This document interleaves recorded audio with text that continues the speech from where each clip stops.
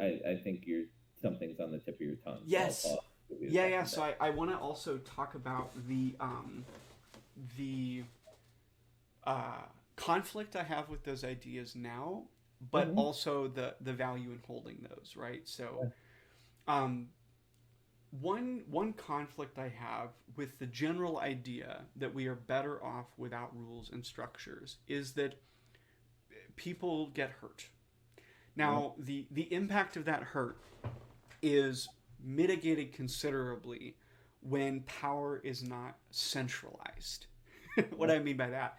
I mean that um, if there's not any one person or group in charge, and if their influence is limited to only the people that they have direct control over, Right. the hurt that those people might cause is limited to just that group.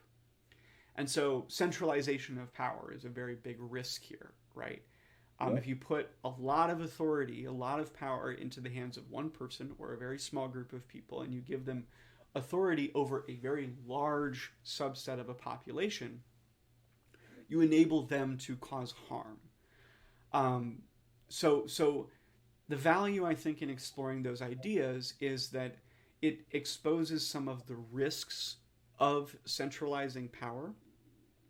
I think at the expense, though, of the real consequences of that. If we live in a society without some kind of rules, some kind of structure, some kind of restrictions, we also enable a lot of individual harm. Um, I think this is where the theory and practice start to diverge.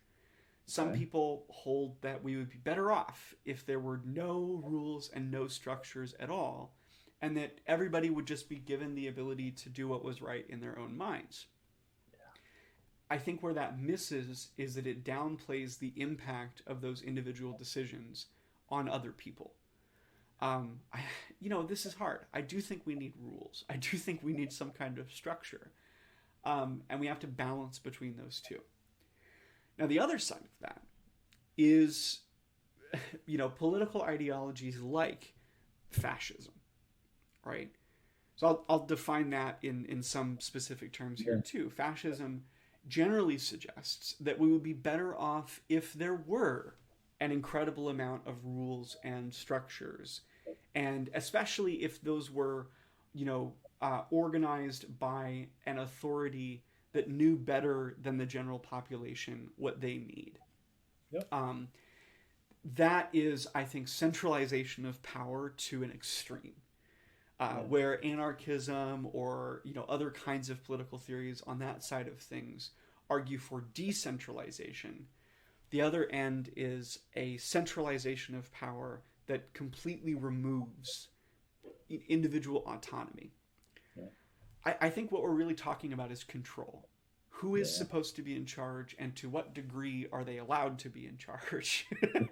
Right. um, Yeah.